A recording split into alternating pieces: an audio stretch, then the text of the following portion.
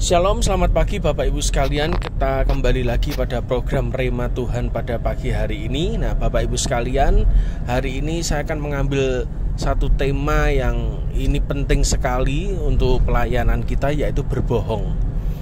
Bapak Ibu sekalian, saya percaya bahwa kejujuran itu datangnya dari Tuhan, dan kebohongan dan manipulasi itu datangnya dari setan. Kenapa? Kalau saudara baca di firman Tuhan, kebohongan dan manipulasi pertama yang membuat jatuh manusia itu adalah dari setan itu sendiri.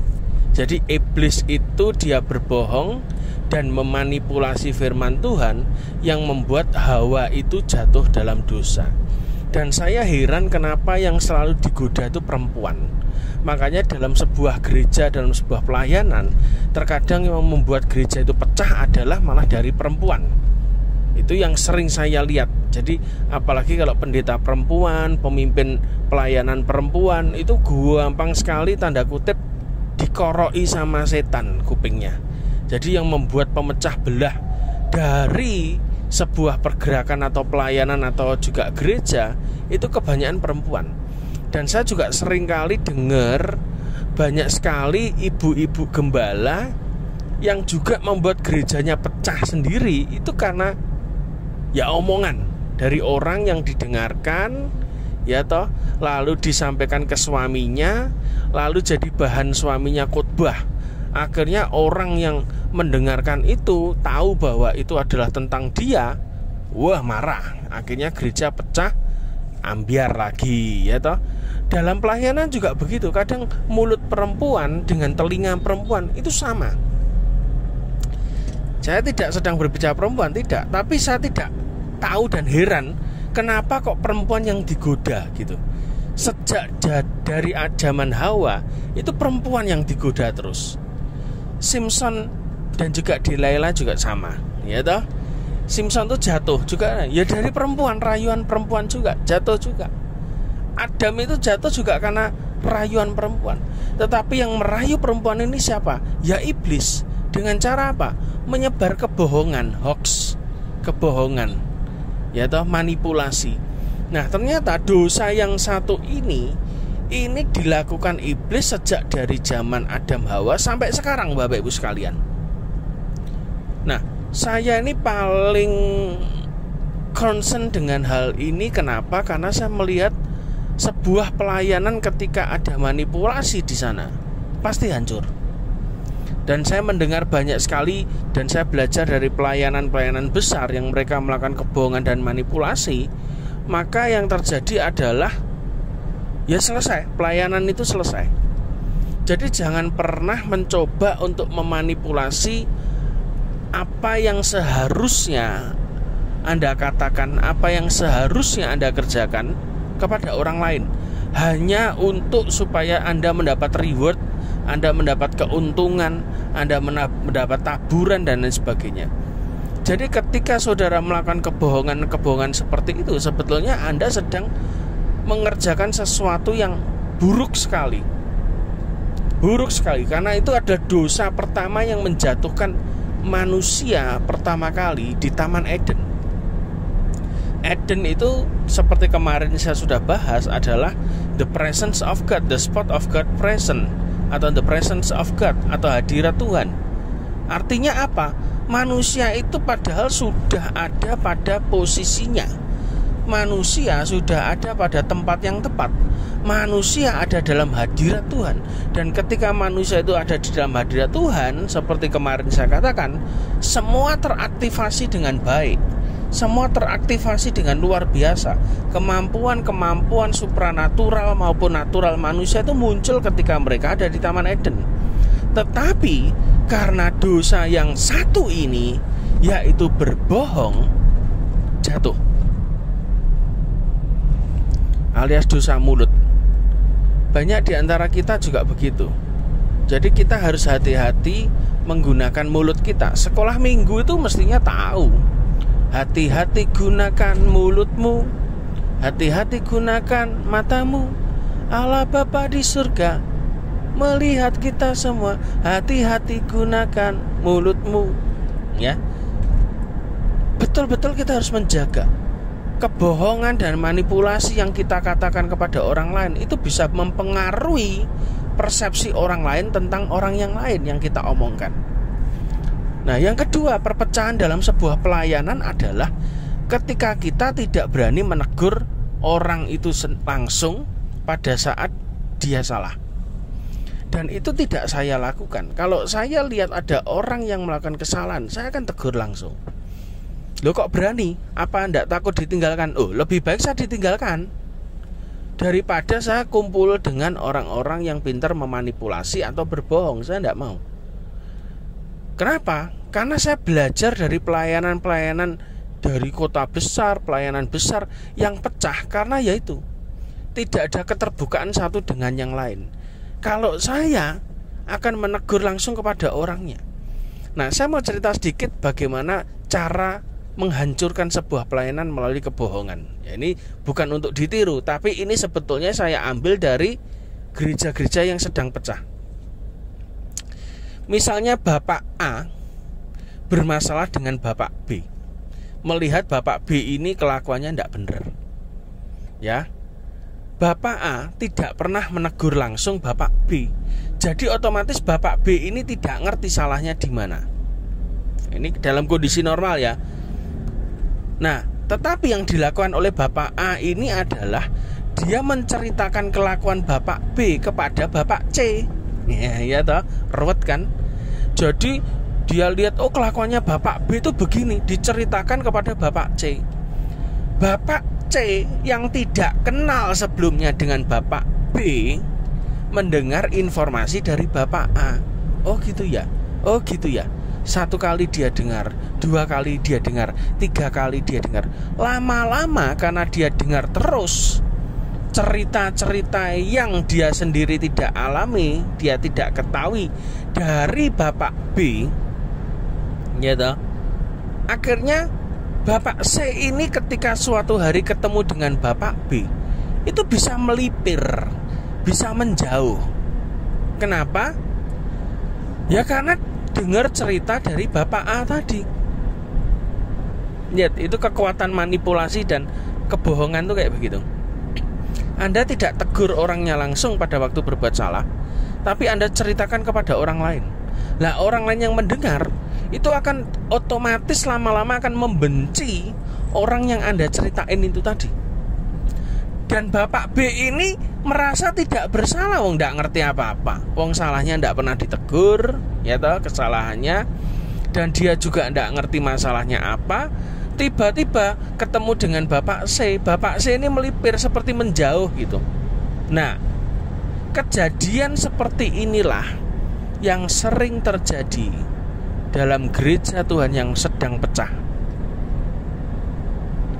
Makanya di persekutuan kita, kalau ada orang salah, saya harus tegur. Istri saya kalau ada lihat orang yang melakukan kesalahan, ya memang harus tegur supaya dia ngerti salahnya di mana. Kalau di persekutuan kita ditegur tujuannya satu, supaya berubah jadi lebih baik.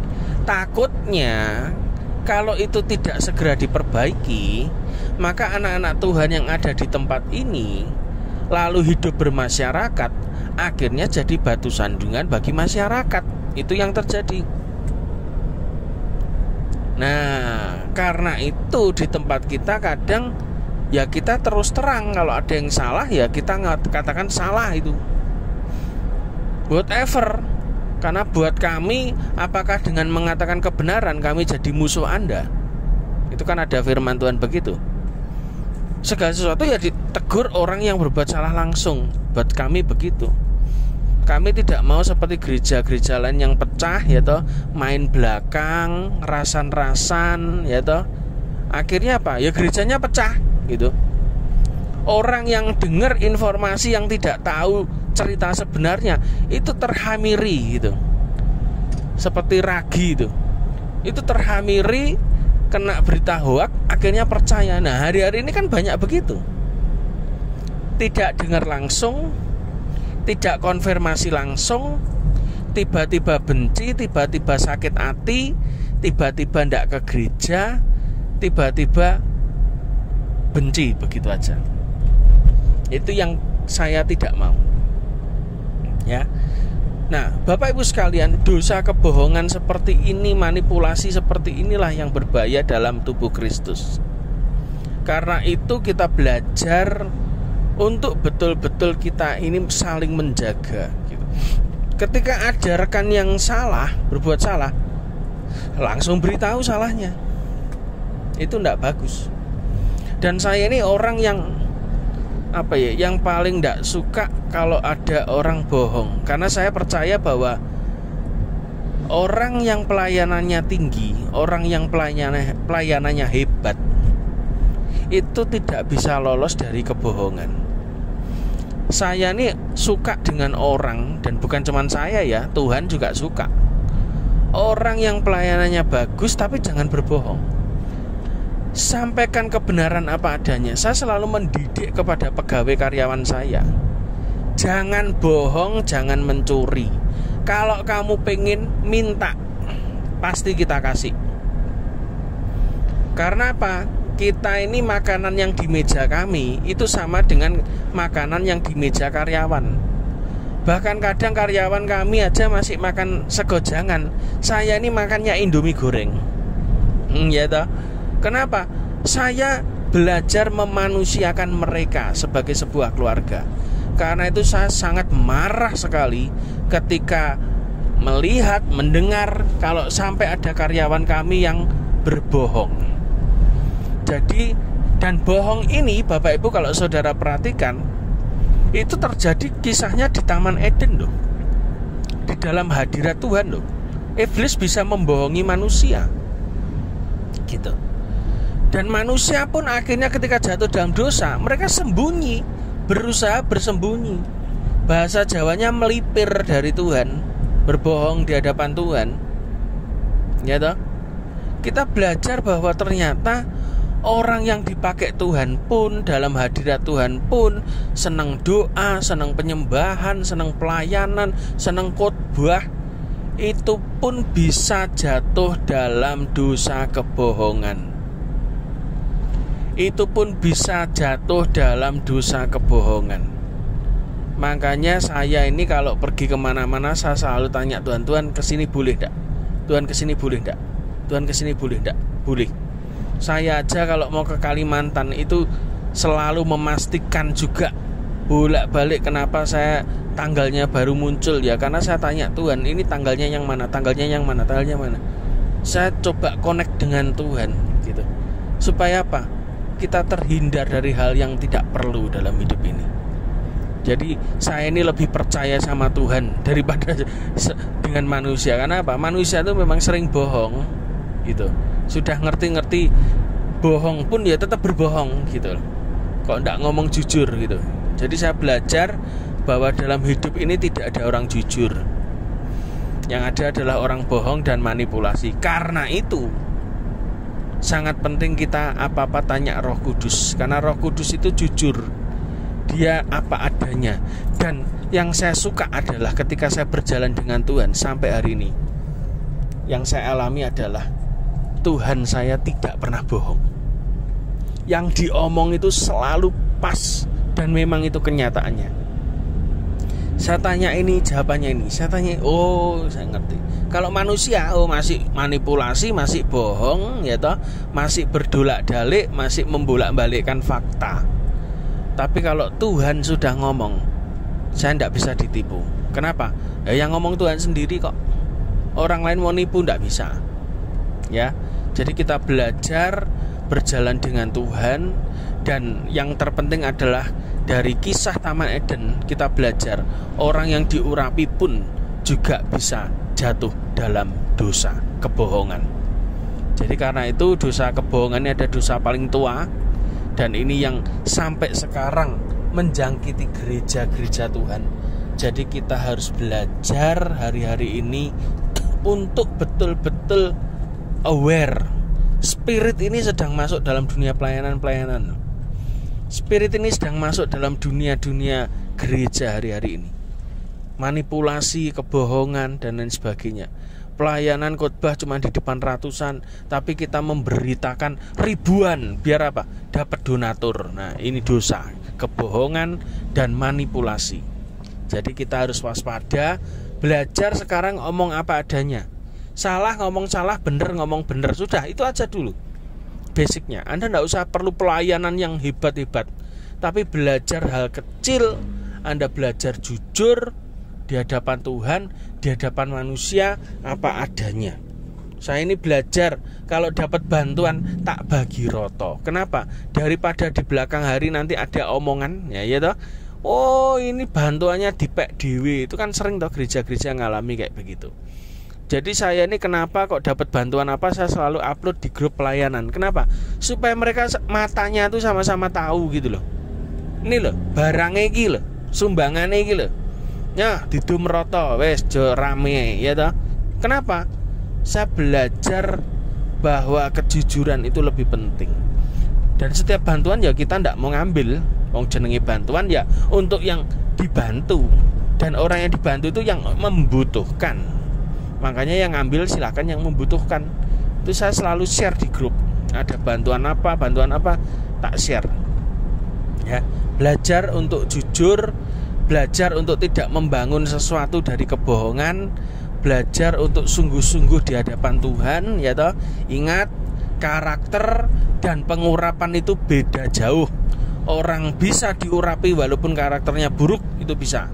Itu karena kasih karunia Tuhan. Jadi dua hal berbeda antara karakter dan pelayanan. Karakter dan pengurapan itu beda. Ya. Tapi yang Tuhan cari bukan pengurapannya, karena pengurapan itu milik Tuhan sendiri. Yang Tuhan cari dari kita adalah buahnya. Buah kita itu apa? Kejujuran, karakter yang bagus, apa adanya. Kayak Daud itu loh. Daud itu ditegur Nabi Samuel, dia tidak ngomong macam-macam. Dia langsung tobat gitu aja, selesai. Beda dengan Saul. Saul ditegur, sudah ketok moto salah, masih beralibi, masih beralasan. Sikapnya itulah yang membuat Tuhan benci kepada Saul, tetapi cinta kepada Daud. Ya, itu saja pesan Tuhan kita pada pagi hari ini. Tuhan Yesus memberkati.